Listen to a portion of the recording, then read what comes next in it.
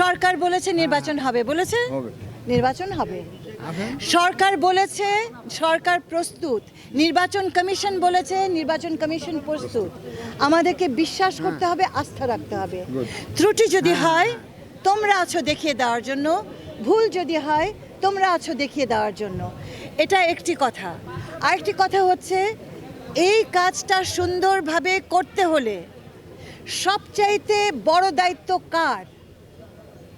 রাজনৈতিক দলগুলোর। সবচাইতে বড় দায়িত্ব রাজনৈতিক দলগুলোর। তাদেরকে গণতান্ত্রিক আচরণ, সহনশীলতা এবং সুন্দরভাবে সঙ্গতভাবে তাদের দায়িত্ব পালন করতে হবে। আমরা জানি নির্বাচনে কি অরাজকতা হয়।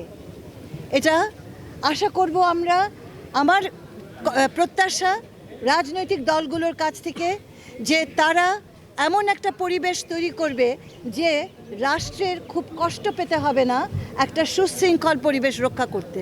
প্রস্তুত সরকার, তার চাইতে বড় সরকারের চাইতে বড় প্রস্তুত কাকে নিতে হবে? নির্বাচন কমিশনকে। এবং নির্বাচন কমিশন আমাদেরকে আশ্বস্ত করেছে তারা প্রস্তুত।